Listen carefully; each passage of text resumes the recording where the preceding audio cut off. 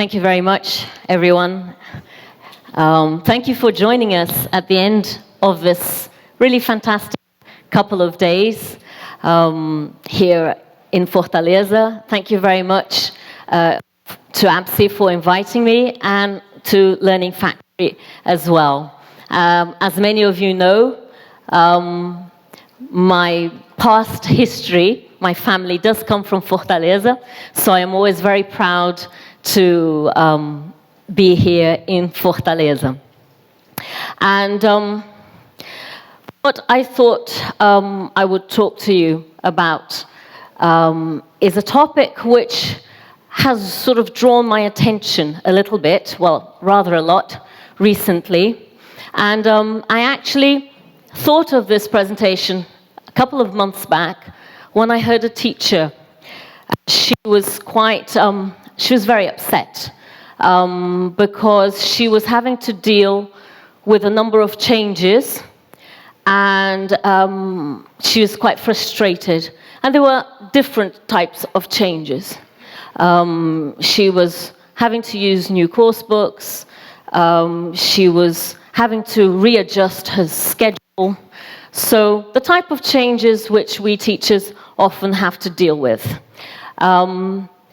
And I was struck by the level of anxiety.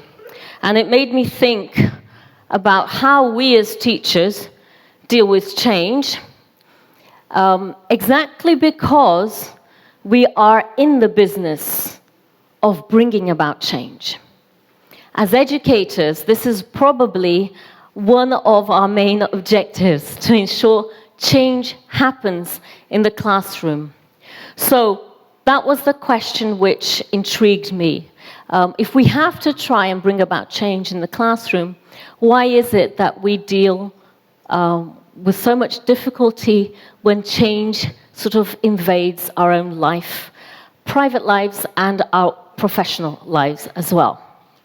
And this is what gave me the idea to build up this talk. So what I'm going to do now, we're going to start with a small task. I'm going to ask you to look at a picture silently, just for a few seconds.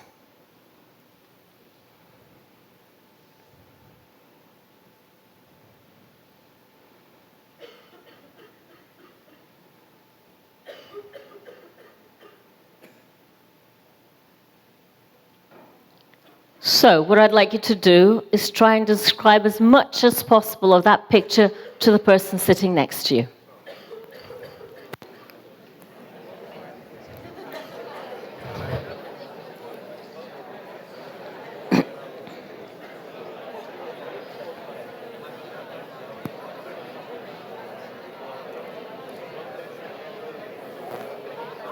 No, absolutely.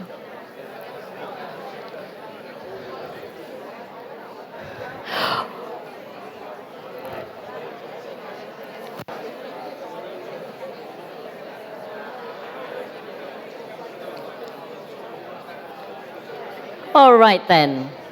Okay. Thank you. So, what we're going to do now is we're going to look at another picture, again, sort of quietly, just so we take the image in.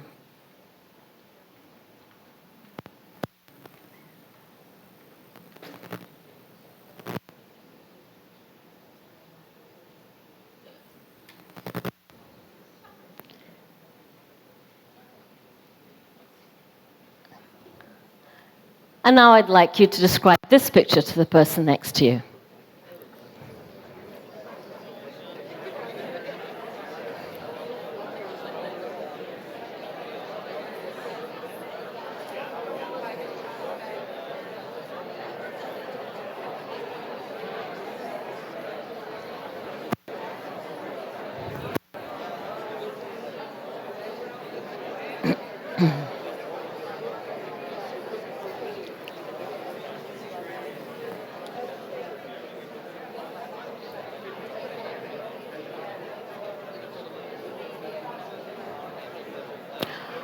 Okay then, thank you.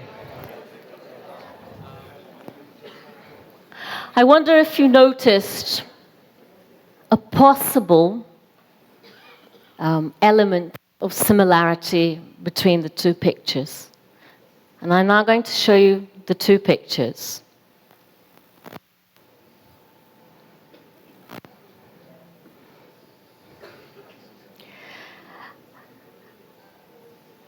And I don't know if you can actually see it, because obviously it's something I see every day, so it's probably easier for me to notice this rather than you. But both photos were taken in the same place, and they are of the same place. It's in Rio. The reflection we see in the building is the same reflection, but there is a difference. What's the difference?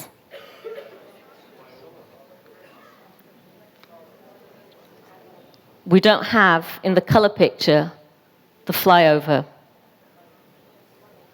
And if you go to Rio now, the route which was taken by cars via the flyover is now done underground, via a tunnel.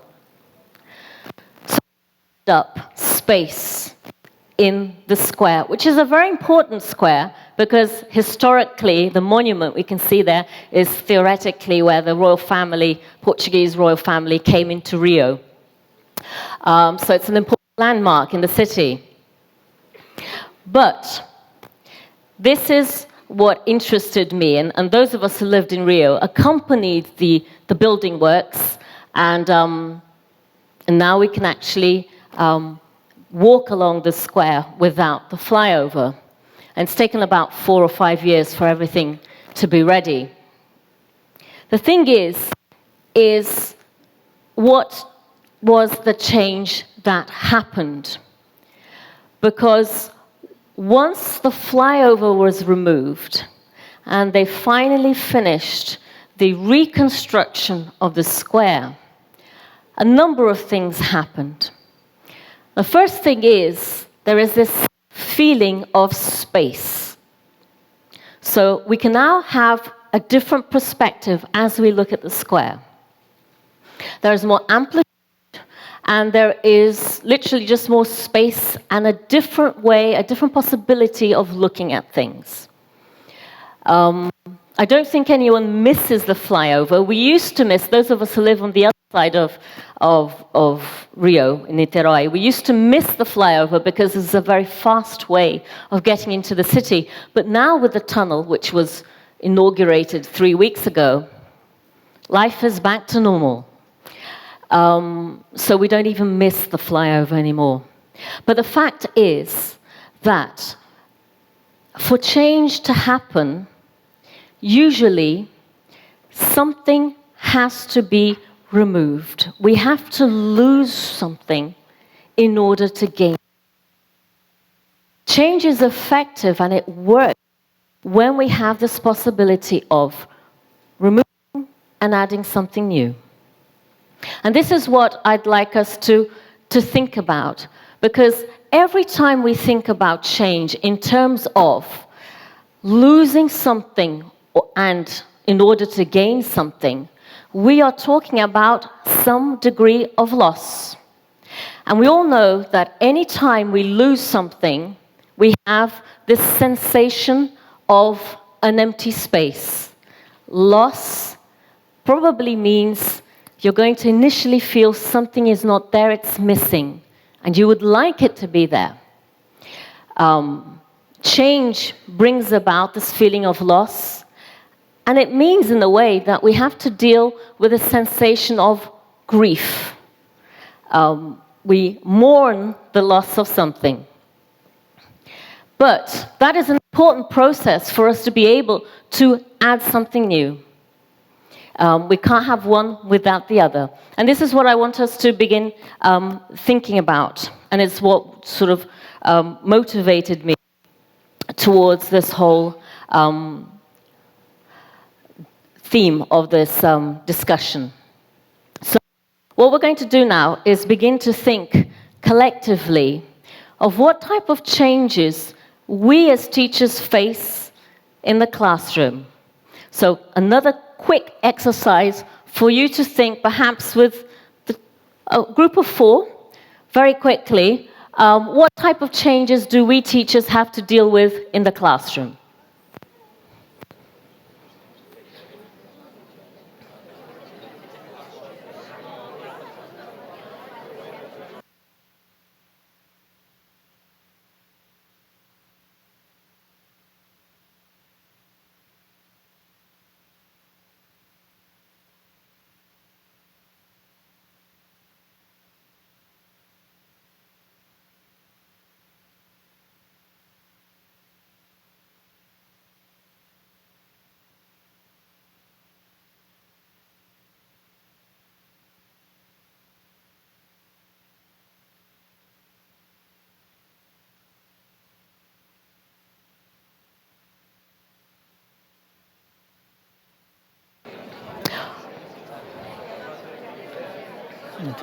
Okay, right.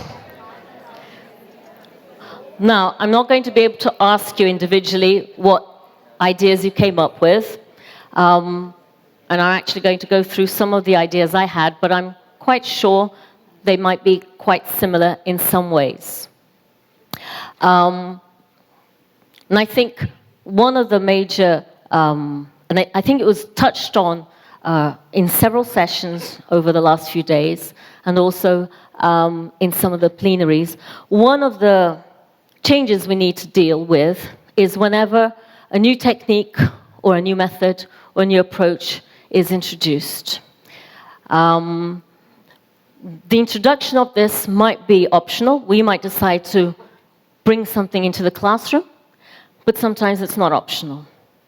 It's imposed on us. And this is something which is really important when we deal with change. When change comes about because it's your option, and when change comes about because it's imposed on you, how you deal with it will generate different and varying levels of emotional responses. Another thought I had was that when we have to start using new course material. So we've been teaching that level for a number of years with a specific course book, and suddenly we have to use a new one. Very rarely do we have a chance, and I think you're going to agree with me, to actually look at that material sort of like a month before lessons start, a week perhaps. Usually we get the books a day before lessons start. And for us teachers, that generates a huge amount of anxiety, because we do like to look at things, prepare ourselves, and plan. And this is very distressing for us. When we are faced with a need to introduce new technological resources, this is something else which can be quite disruptive, because it means that invariably, whatever is introduced, I might know very little about it, and my students might know much more. So how does that make me feel in front of a whole group when I'm teaching? It does cause a level of stress for us. How we deal with it is something we're going to have to learn, because more and more the changes will be so quick that we won't have time to really familiarize ourselves with the new incoming technology. And the question is, how do we involve students into this whole new process? How do we invite them to be part of this new introduction of technology so we all work together? And also, when you start teaching a new level, so you might have taught teenagers and adults for years, and you suddenly teach your first young learner group. So that brings about change. It's as if, really, you're starting all over again, because it's a new level, it's different reactions, and how do we deal with that? We perhaps, with 10 years of experience in the classroom, suddenly find ourselves back in square one. So at the same time that might be quite interesting, you might want that, but it also generates that anxiety which we talk about so much, and which throws us off guard as well. And this one is also quite dramatic for us, how we assess learners. Whenever new tests are involved, they might be institutional, they might be introduced top-down on us and we don't have much time. Our reality actually, in a way, is a bit more comfortable than probably for teachers who work in a different scenario, but it still does create anxiety because we did tell ourselves we don't teach to test, but we're always worried when there's a new test around the corner. And also when we learn that we're going to be assessed as teachers, that we're going to be observed, and that this is going to generate some form of evaluation of our performance. So unless criteria is very well established, we're going to get very nervous about this and feel very uncomfortable. So the final change I imagined is when you change jobs. You were teaching somewhere, you change to a new environment, which I know for some of you is the case. You might have been teaching in Cultura Inglesa Manaus and you're teaching in Cultura Inglesa Curitiba. It's still the same institution, but it's different. Brazil is so vast, we have different cultural habits and different ways of seeing things, and it does make a difference. So we have to deal with that as well. So all of this reminded me of a quote in a book which I'm particularly fond of, which is very difficult to get hold of nowadays, but it was written by Jane and Dave Willis, Challenge and Change in the Classroom, and I'd like you to read this quotation to yourselves.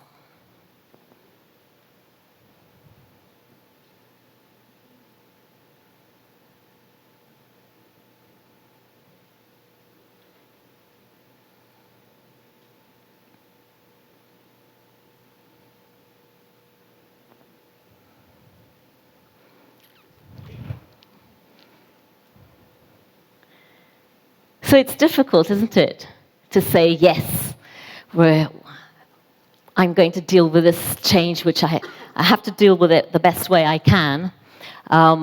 It's much easier to see my colleague that he or she's finding it difficult than to recognize that I'm also finding it difficult.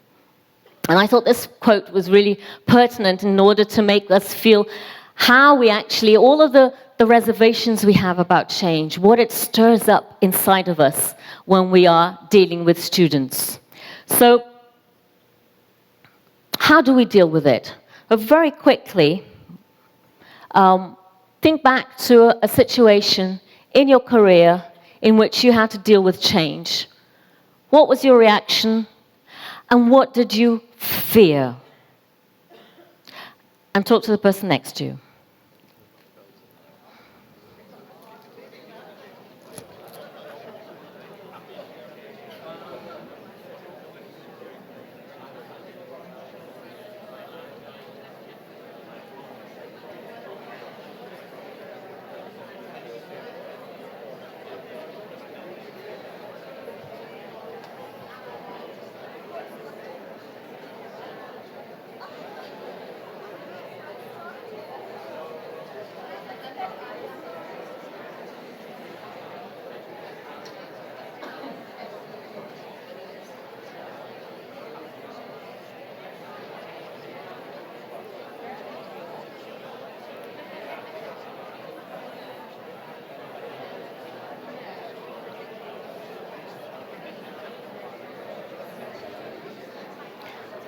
All right. Thank you. The idea here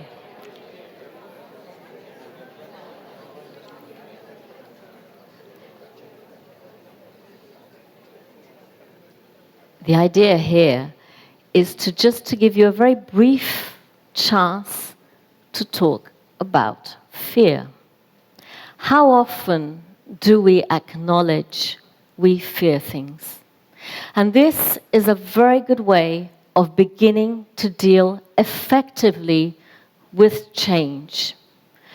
If we say we fear something, we start taking a path towards understanding the situation, accepting the situation, and being able to deal with the change we need to bring about.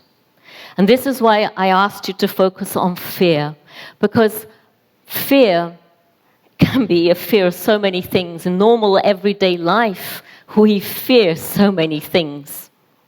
It might be an open space, it might be the sea, it might be the sight of infinity.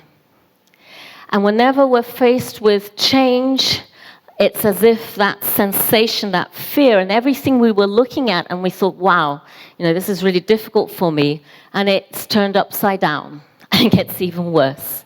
So it's as if the fear is doubled. And we can't really deal with things when we're going through the sensation of everything being topsy-turvy. It's not a good place to be. So we have to change the perspective, and that's how we begin dealing with the changes we need to face.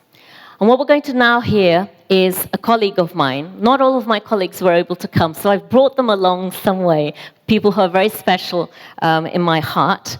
And we're going to hear Guilherme Pacheco talking about change in his life. Hi, Valeria. I think this is a very interesting topic. I generally believe that change is part of our lives, so I don't see why it should be any different in the field of education. One recent example in my own personal life, I have spent the last 6 months trying to learn Spanish in a more or less autonomous manner. And I think this made me reevaluate my beliefs about the way we teach adults in a radical way. And one simple example would be the area of testing, which I currently believe needs to be revisited.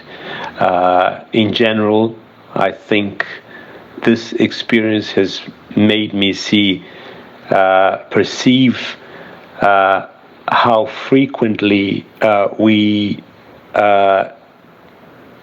test our adult students, and sometimes how pointless that is.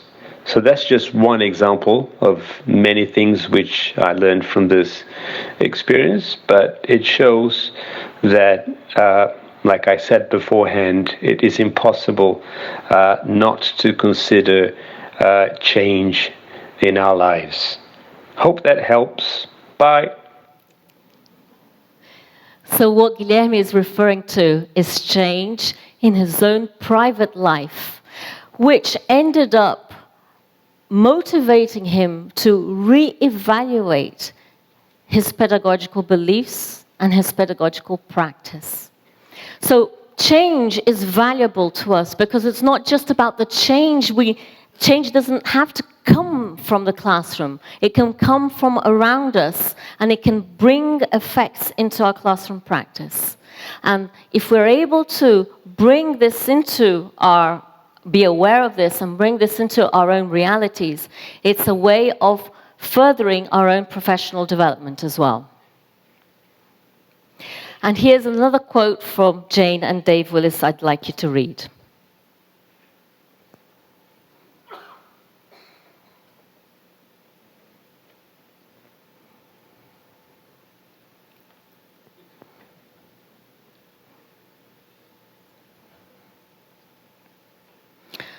So I don't know if you've ever been caught in a flood.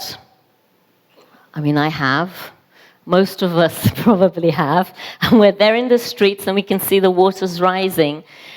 And it's a horrible sensation, right? You can just see it lapping up on your feet, and suddenly it's just beneath your knees. And it's not a good feeling. And this brings us back to the fear we were exploring a little bit earlier. The fear and the anxiety it all creates. But we need to go through this.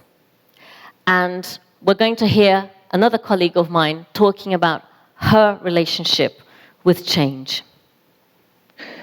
Well, change is always an opportunity, but it's also always a bit scary.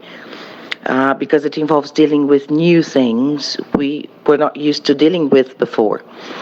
Another issue that is important to me whenever I reflect on change is the fact that you have to get used to the new you. If you have changed, you have to develop a new perception of yourself. And you won't be dealing only with your own new perception of yourself, but you have to deal with everybody else's new perception of the new you. So there is a lot to take into account, and that can make change not always a very simple thing for us. So change is not about just you. Whenever there is change, people are going to see you differently. They're going to react differently. And you're going to start reacting differently to them. Now imagine that in the classroom when we bring about change. The first time we introduce something or do something in the classroom, what are learners' reactions? Teacher, you've never done this before. This is the first time you do it. Wow, oh, you can't do it. Can you? You're not very good at this. Whatever reaction they bring into us at that moment, it's a very interesting emotional response, which we have to be ready for that as well, because it's a new us. Change doesn't mean we're going to do things again the way we used to do. It's not static. It means there is movement. And whenever there is movement, we have to be ready for new opportunities which arise, but moments which will throw you off guard as well. And that's the beauty of it. That's the opportunity Monica's talking about, but that's also the fear as well. Because we as teachers essentially perhaps see ourselves as slight controllers. We feel we've got control of the situation. So how do we deal with these different dichotomies? So when I was thinking about changes in the classroom, I tried to organize them into two ways of looking at changes for us. I thought of changes which I call sort of paradigm shifts, when there is a complete change in the things we do, the way we go about things, which might involve philosophical or changes or change in an approach, which really makes you reassess your belief and your position about things. So these are quite sort of huge shifts. If you imagine tectonic plates, you know, which leads to an earthquake, when they begin shifting, it's a bit like this. This is really complicated because sometimes these are the changes you do not want to deal with. Okay, the changes we find very difficult to cope with, which will put us under stress and strain. I think for many of us at the Culturas, an example of this would be when we introduced the interactive whiteboards. It was a huge change. Or in fact, if we go a bit further, when we first began using computers, that was a major shift, a major change. And I remember when that happened, teachers in tears, because they had to use a computer. No one had a computer at home back then in Brazil. It wasn't something we had. So it made life very difficult. So these are the paradigm shifts we have to deal with, which are very difficult. But we have easier changes, which I call the technical shifts, because it's a more superficial change, as it were. It's based on technique or technical abilities which we need to develop, which we can look up and study and work hard at and try and change. It might be part of a paradigm shift as well, but then again, it might not be.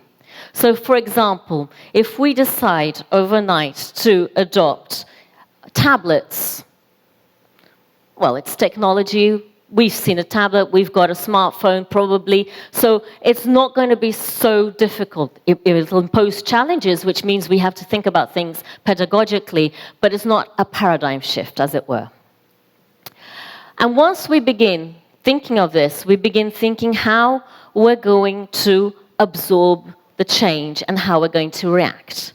So I thought of some leading questions which we as teachers can ask ourselves as we think of the change. What is my current practice? So what do I do today which I'm being asked to change? It's very important when we're talking about change to think where I am now, what do I do now, how different is it going to be, and begin imagining the change.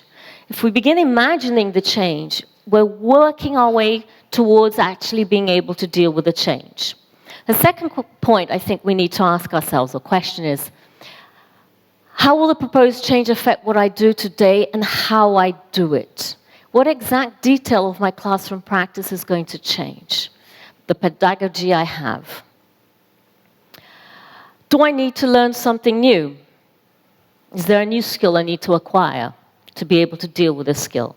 So I think these questions help me break things down and deal with the change. And we're going to listen to another person, another teacher, who sort of spells it out for us. I don't think anyone would disagree with me if I said that changes can be both positive and negative. I think they can be positive when they are the ones that you choose, that you decide that have to happen. Especially if you think of this, if you think of improving, for example. If you think of our practice, we could think of newer approaches and methodologies that we might want to experiment with, and in that case, our ultimate reason would be to make our students' lives better. You know, we would like to help them a bit more. But I think changes can also be negative, or they can have a negative aspect to them, especially when they are beyond your control, when they involve things that you wouldn't like to be changed, and they affect other areas of your life. So you could think maybe of, you know, newer things that you have to start doing in your daily practice that you, if it were for yourself, you wouldn't particularly want to do them, and you have to incorporate them into your routine. So this idea of dealing with something new and that you don't really want might be a bit uncomfortable, really. Think, for example, of more paperwork that you have to deal with, depending on the institution where you work, or maybe the way that your hours are, spread all through the day. Things can have a negative aspect. Okay, so that's sort of a very realistic view, the view we teachers have in the front line. And I use the word frontline on purpose. It is a war metaphor because sometimes change makes us feel as if we are facing a war scenario because of the fear it generates, because of the anxiety, and we don't know where we're going to go. And this is where we need to begin thinking of the strategies we can use to cope with this. So again, thinking of how we absorb change and how we react to it. Do I need to reflect more philosophically about the proposed change? Because sometimes we need to go back and do a bit of reading. So if that's the case, what can I read? What about time? And this is the interesting one for me. I'm a person who likes to do things slowly. I don't like to speed things up.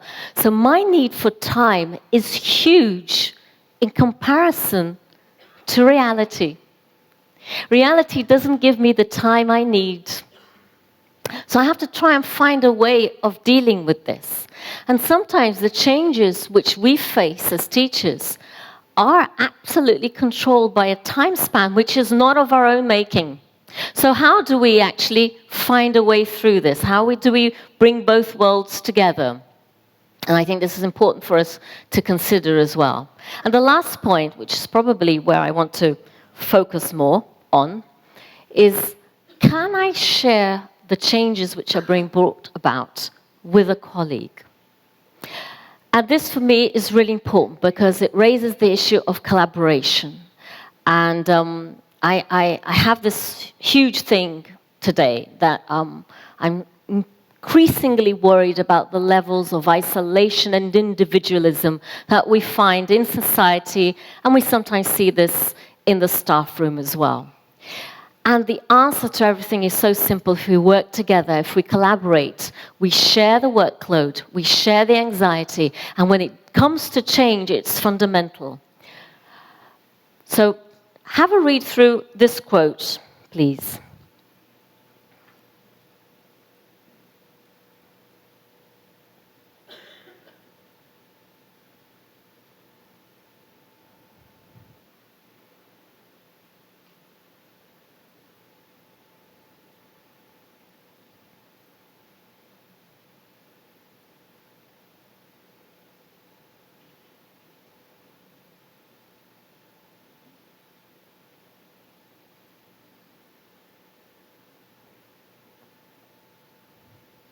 Barbara Rogoff, she's an educational researcher in the States, and she researches learner interaction, but more specifically, she researches interaction between children and a more capable peer. The more capable peer might be a parent, a caretaker, an older brother or sister, but she observes them in communities and not in the school setting.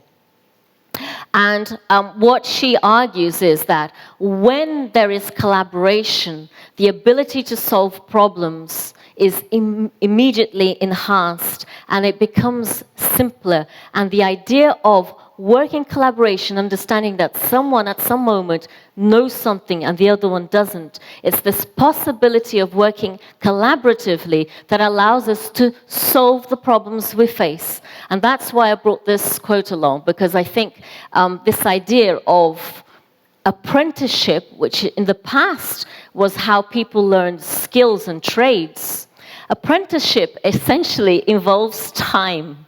It's not something you do overnight. So we come back to the issue of time. We learn by observing, we learn by watching, we learn by interacting, and we create the possibility of sharing ideas and solving problems, and it's far more effective. It's a way of making change manageable. So, if we have to deal with change, if it's thrust upon us and we have little control over it, and sometimes we do have control over it, but when we don't, what can we do to make our lives easier as educators and teachers?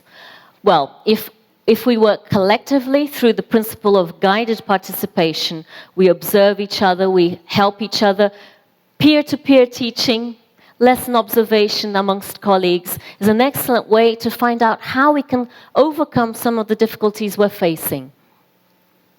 Another possibility, and this is really important, is to build bridges. These are metaphorical bridges, obviously, but how do I get from A to B? What do I need to close the gap?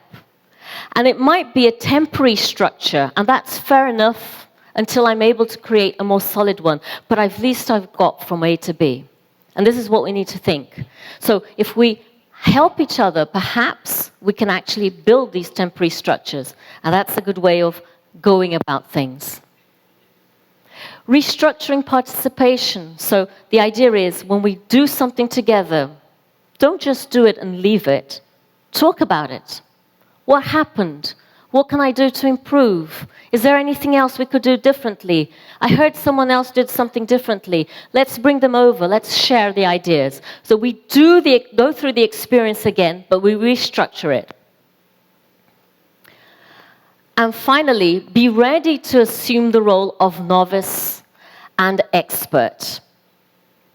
Become an apprentice. Don't be shy about understanding that you need time to take something in. And I'm going to say something a little bit daring. Don't be shy and don't be afraid to say you need time. It's almost a swear word in today's society to say you need time. But we need time. We're teachers. We're educators. Education is about a process of lifelong learning. It's not instant. It's not cup noodles. Okay? So time is fundamental for us. So, we've seen the negative side of change. And what about the positive side of change? What is so fantastic about change? And we're going to listen to a colleague of mine talking about why change is so important for her. Changes really motivate me. I'm the sort of person who needs a daily dose of change in order to start my day or to get going and to feel alive. I'm always on the lookout for things that can change the way I work, things that can make me a better professional, things that can change the way my students learn. Right now, I'm working on the changes that AR can bring to the classroom. More specifically speaking, Pokemon Go, and see what kind of changes those little creatures will bring to our lives.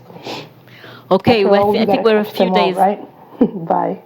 Sorry. I think we're a few days off Pokemon Go here, so Let's see what's going to happen. I fear this in a way, but let's see. It's going to be interesting. But Giselle is talking about how she needs change in her life to keep her going. It's a different perspective, to make you move.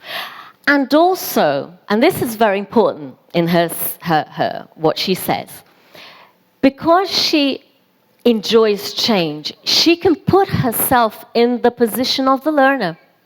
And we as teachers have to be empathetic. We've got to understand what it means to be in the learner's shoes.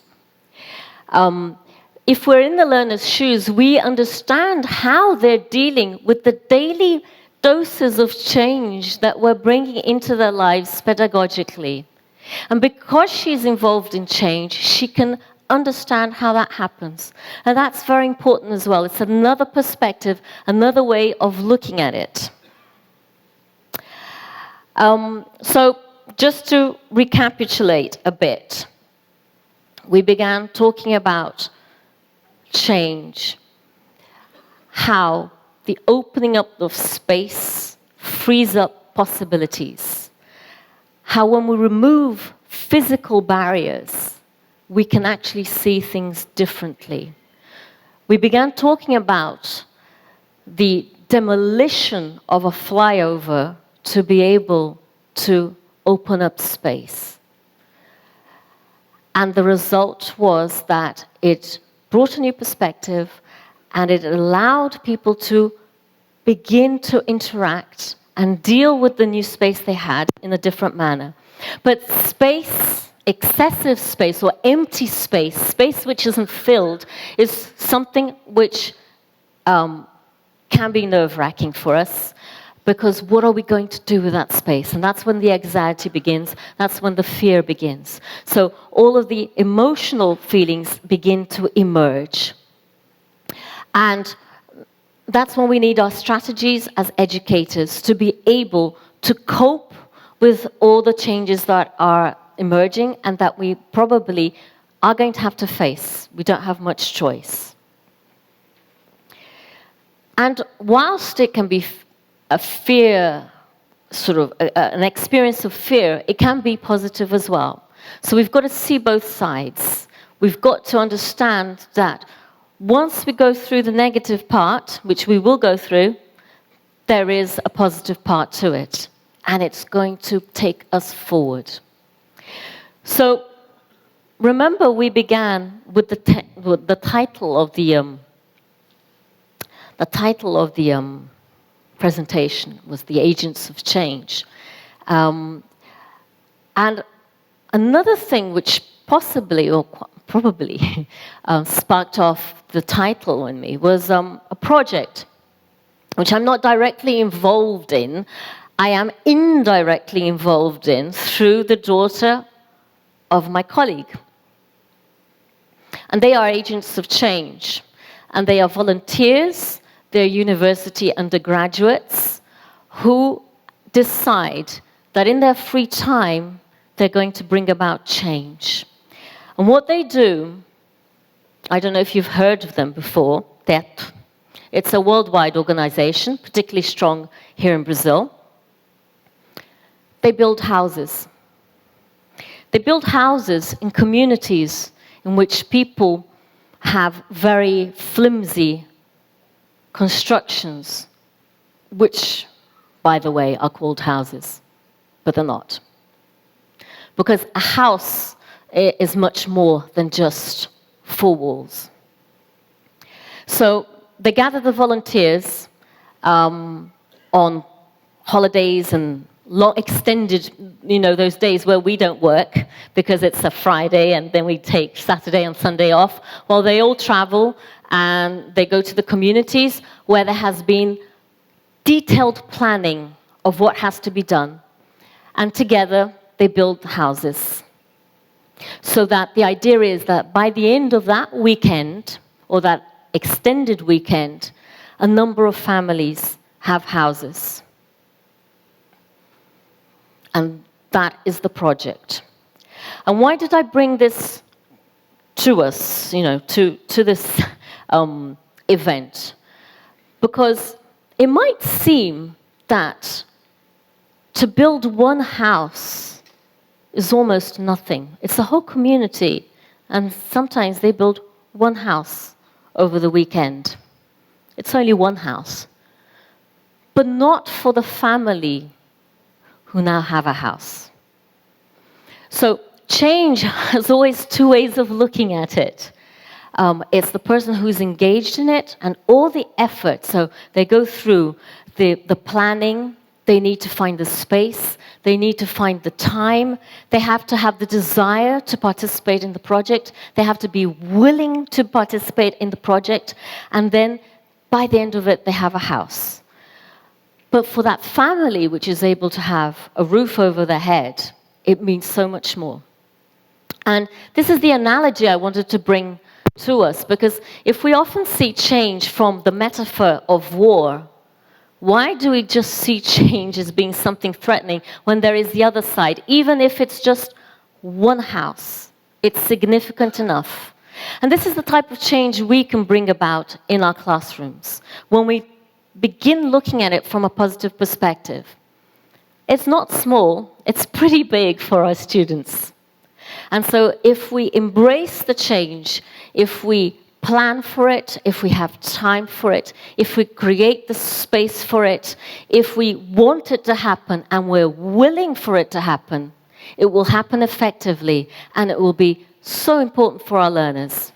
But most of all, it'll be important for ourselves as well, because we will also change. If we remember what Monica said, it's about understanding the new me, who I am after change has been brought along. So, we're going to end on this note, on the possibility of change as something positive, as a transformative force, which we have this in ourselves to bring about. And it does cause anxiety and it does cause fear, but at the end of the day, it is so much bigger. And it's why we chose to become teachers, because we believe change is important and it makes a difference. I'd like to thank Alan Seabra, Gisele Santos, Monica Freire, and Guilherme Pacheco for the recordings. I'd like to thank Learning Factory, and I'd like to thank all of you for being here this afternoon. Thank you very much.